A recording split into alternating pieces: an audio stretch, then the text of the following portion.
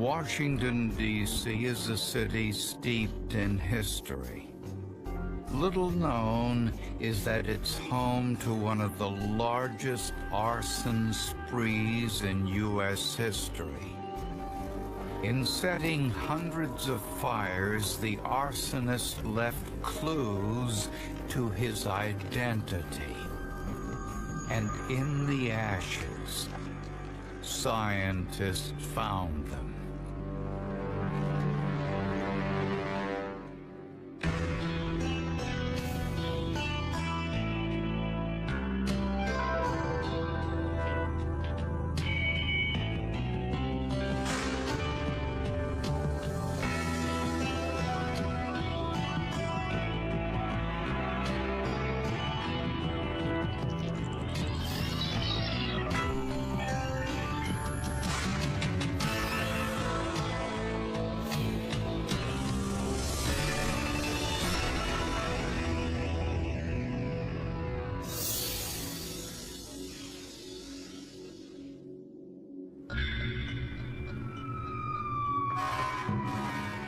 Just before dawn, there was a house fire in a middle-class suburb of Washington, D.C.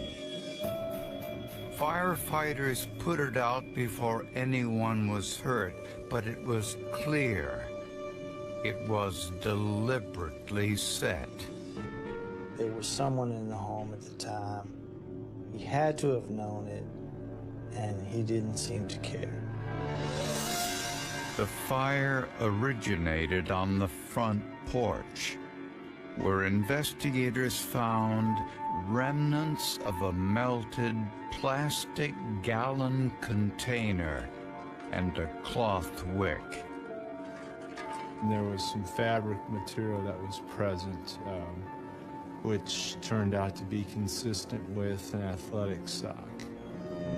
This was the second fire in the city in less than a week. Both had been set the same way, with an accelerant inside a plastic 1-gallon container. A gas chromatography test of the debris identified the accelerant as gasoline. They were being set in the early morning hours, between the hours of 2 a.m. and 6 a.m. They were occurring at single-family residences, and the origin of the fire was being found either in the front porch or the rear porch of these homes. The cloth wick gave the arsonist plenty of time to get away. None of us had seen that type of device before. We were so used to having Molotov cocktails where they're lighting them, throwing them against the structure. This was one that was actually being placed against the structure, and basically you're lighting it and walking away. Investigators from the Bureau of Alcohol, Tobacco, and Firearms, or ATF, found another interesting item in the debris. Remnants of plastic shopping bags revealed how the arsonist carried the containers of gasoline and avoided detection. And when you're dealing with one individual who has showed a pattern of using a device which we had not seen on the street very frequently, we knew that it was going to be a very difficult case.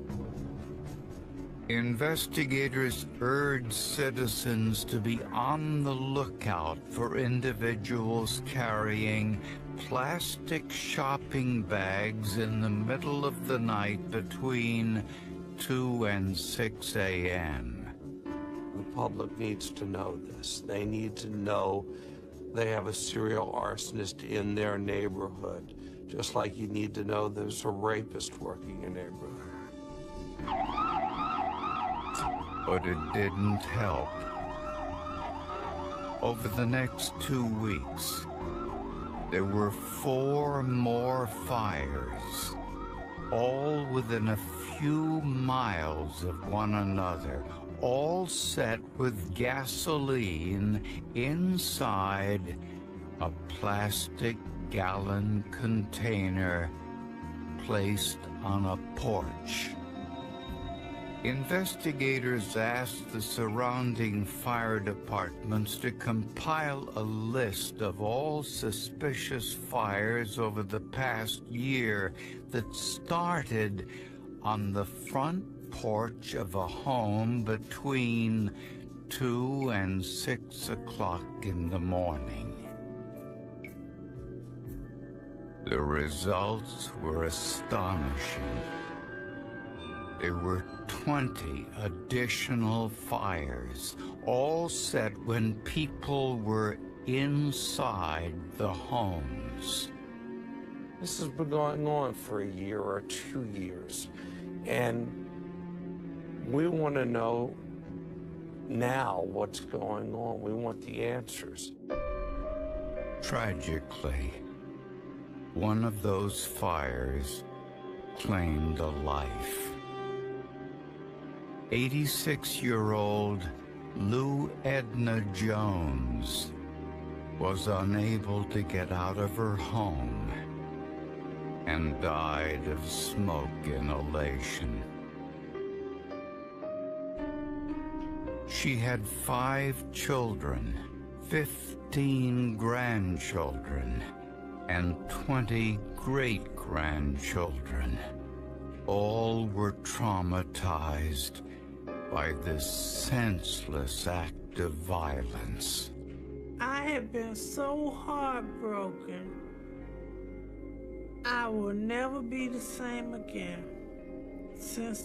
And I mean the way she left here, a senseless death because someone wanted their kids to sit back and watch a fire.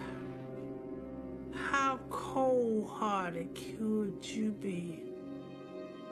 This is a first-degree murder. We knew that not only had he killed one person that we knew of in the past, was it going to happen again?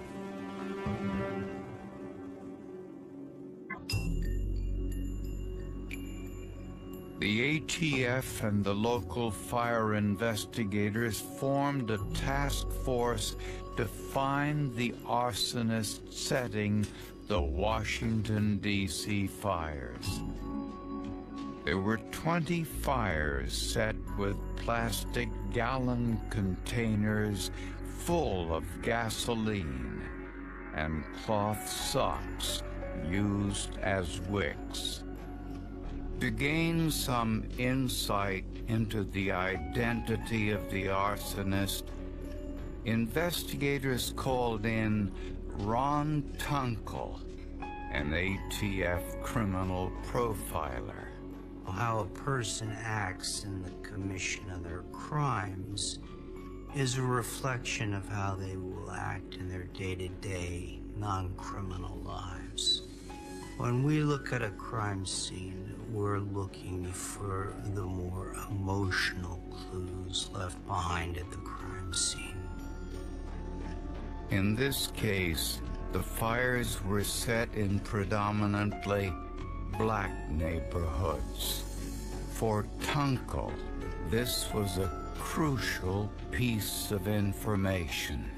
We're probably dealing with a black offender.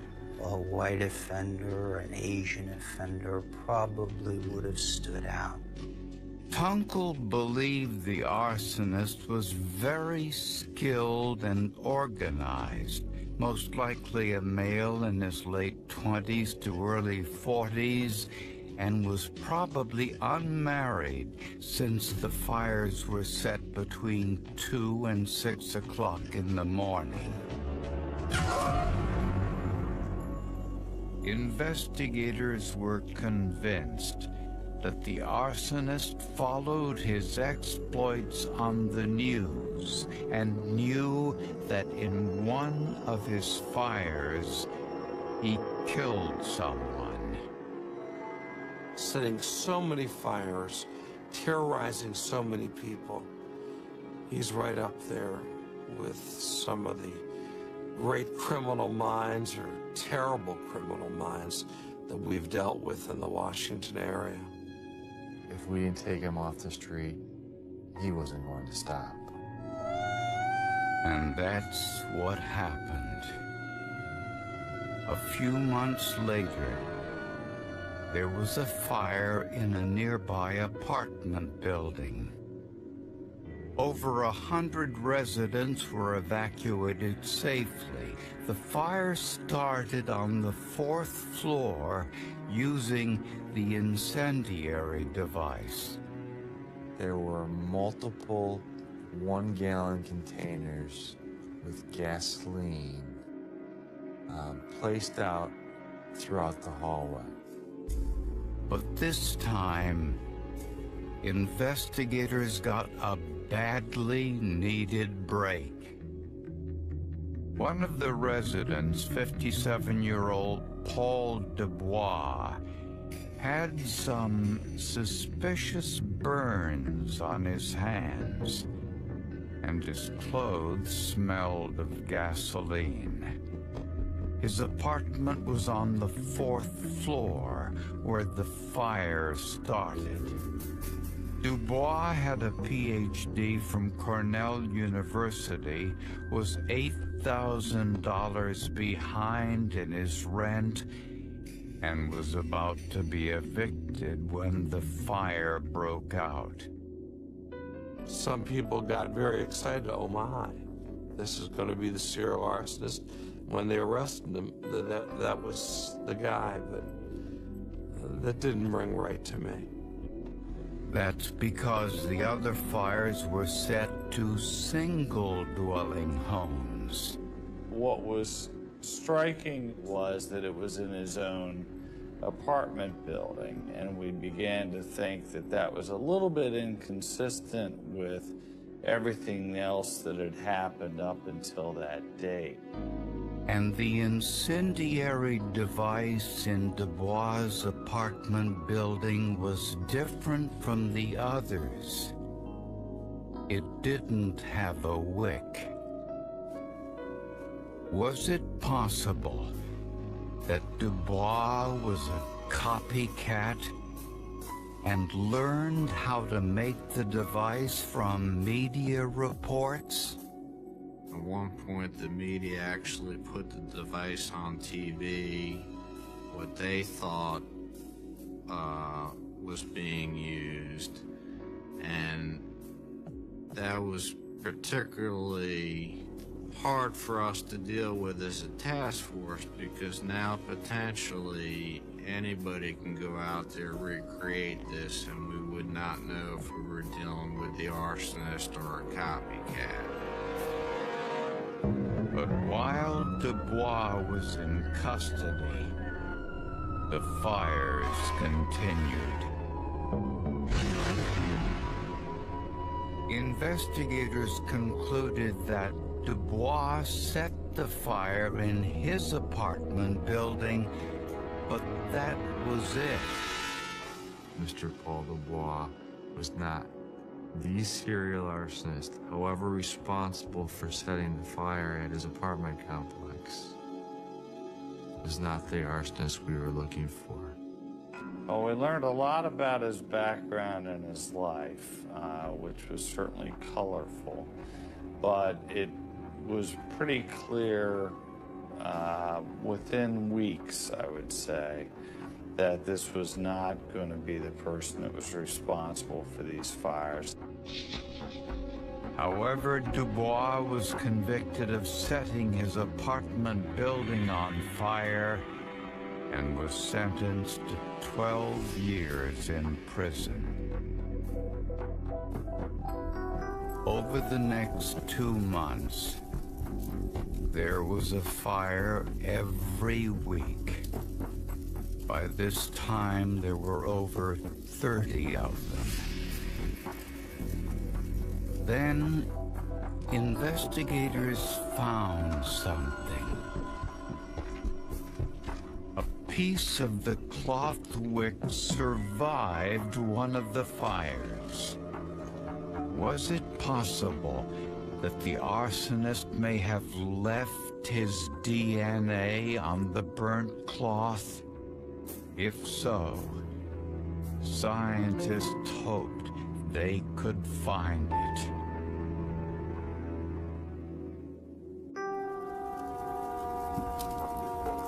In most of the fires set by the Washington, D.C. arsonist, the incendiary device went up in flames. But in one case, a piece of the wick, which was a cloth sock, survived.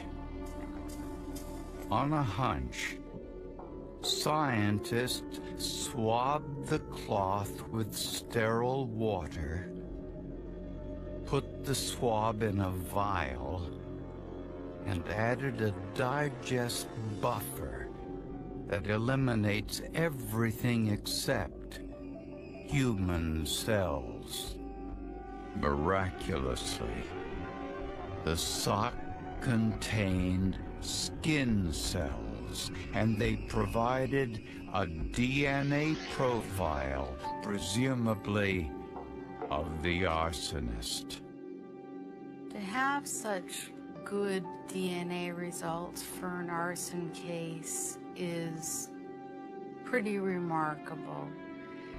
When you think about the quality of the evidence in terms of how burned or how much heat it may have been subjected to, it's excellent to be able to obtain results. Why were skin cells on the sock? The arsonist hadn't laundered it. Unfortunately, the DNA profile did not match any in the database of known criminal offenders.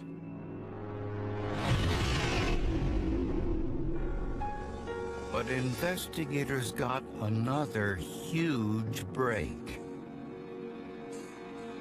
3 young men, coming home from work around 2 a.m., saw someone sitting on their porch.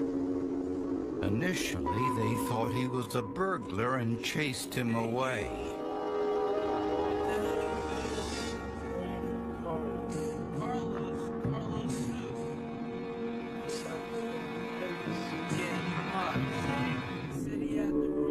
Afterwards, they found a shopping bag with a plastic container filled with gasoline and a sock tied around the handle. This is our chance. We finally have an eyewitness. Not only one, but we have 3. 3 witnesses that had conversation with what, in our minds, was the serial arsonist. Analysts went over every inch of the bag and the plastic container and got yet another break. They didn't find fingerprints, but sticking to the outside of the container was a single human hair. So at that point, we had a hair. We didn't know where the hair came from. The hair was consistent with an African American, and it contained the root. DNA testing of the hair root matched the DNA from the burned wick.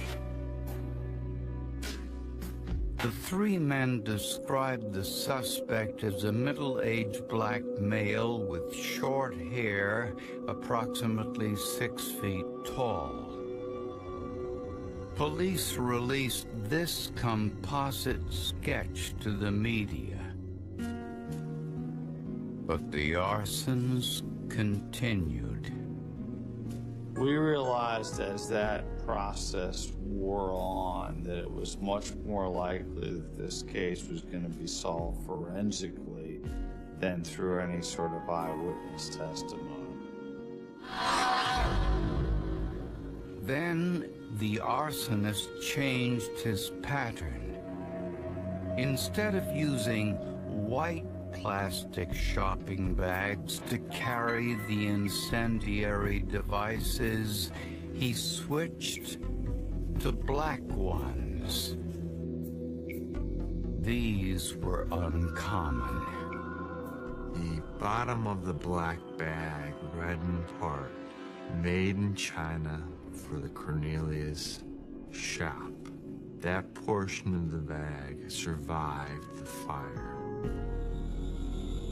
The ATF spoke with the manufacturer in China and learned that only 2 stores in the Washington, D.C. area bought these black shopping bags. Both stores were in the general vicinity of the arson fires, and the owners agreed to help with the investigation. The store owner provided us access to his store, to his products. We established 24-hour surveillance, physical and video surveillance on both of these locations. And investigators came up with a way to individualize every bag the stores used. The task force purchased a series of alphanumeric steel chips. These steel chips had thermal testing done on them and would survive future fire scenes. They fastened a different numbered chip onto the bottom of each bag. If investigators found one of these chips at a fire, the number would identify the date, time, and location of the store, and security cameras would show every individual buying plastic gallon containers in that time frame. As the black bags were put into circulation, investigators discovered something else. An arson dog detected gasoline on a pair of military dress pants discarded across the street from one of the fires. They were the type worn by the Marines. Scientists swabbed the waistband and discovered human skin cells. The DNA profile of these skin cells matched the hair found on the incendiary device and the skin cells from the burned wick. The arsonist either is a current member of the Marine Corps, a former member of the Marine Corps, or has a close association with the Marine Corps. So what do? We go to the Marine Corps.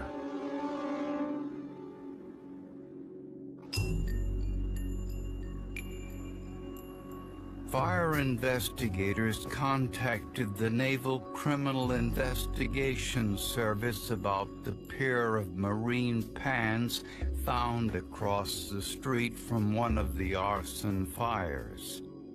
When we went down to the Naval Yard to meet with the NCIS investigators, I think we had fairly thin hopes that they were actually going to bring us a suspect. But that opinion was a bit premature. Naval investigators said they, too, were searching for a serial arsonist who had been setting fires to cars in a parking lot used by military personnel. A surveillance videotape showed a man leaving the scene in his car. From the license plate, he was identified as 55-year-old Thomas Sweat, a civilian who had a friend in the Marines.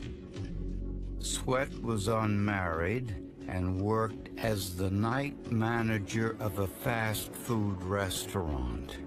Never heard Thomas Sweat's name.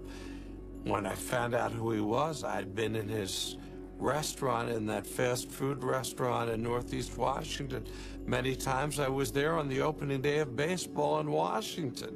He probably served me or was there, but I didn't know it. Sweat was never charged in the military fires because there was insufficient evidence against him. There was not really enough information at this point of the investigation of Mr. Sweat to get a search warrant, to get court permission to get his DNA. So the arson task force put Sweat under 24-hour surveillance. In doing so, they discovered Sweat lived near the food store that used the black shopping bags. It's kind of like Christmas morning. You're like, oh my goodness, I can't believe this. We might be finished with this. When Sweat was brought in for questioning, he denied any involvement and willingly provided a DNA sample for testing. Frankly, if he had not consented, that might have been a red flag where we would have focused even more heavily on Mr. Sweat. But he did consent, and that gave us the opportunity to do a fairly speedy analysis to see if he was in fact excluded or included as the serial arsonist.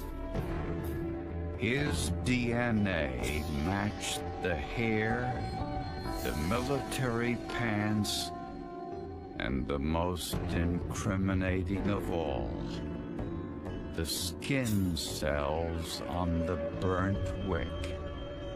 Mr. Sweat didn't realize that DNA can be recovered from a fire that he had previously set. You gotta remember, he's operating for a very long period of time, on the run, offending, eluding this massive manhunt. He may have been worn out, and that may have contributed. When he learned of the DNA evidence against him, Thomas Sweat confessed to not only the recent fires, but some dating back 25 years. It was a very emotional time. It was a very emotional interview. During that time, Mr. Sweat has provided us with over 350 fires in which he's responsible. The fact that Mr. Sweat had been undetected, had been untouched for a period of 25 years, he is a prolific serial arsonist. This could potentially be the largest serial arsonist in the history of the United States. 2 people died in those fires, and dozens more were injured. It was a pretty astounding moment for all of us. You always hope that the case is going to be solved, but when it actually happens, there's a kind of moment of stunned silence. Investigators think Sweat had second thoughts about setting some of these fires, which explains why the young men saw him sitting on the porch.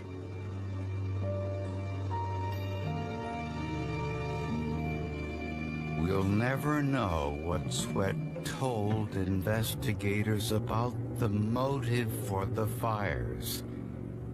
He asked for and received a promise of confidentiality in exchange for his guilty plea. About the only thing that came out in court was that Sweat said he heard voices and that he set fires to relieve stress. If the demons in your head told you to set a fire, if you were so stressed out that you had to set a fire, why didn't you set your own mother's house on fire? So see, that's why you can't say this man was insane. He had very good sense. He had sense enough not to get caught.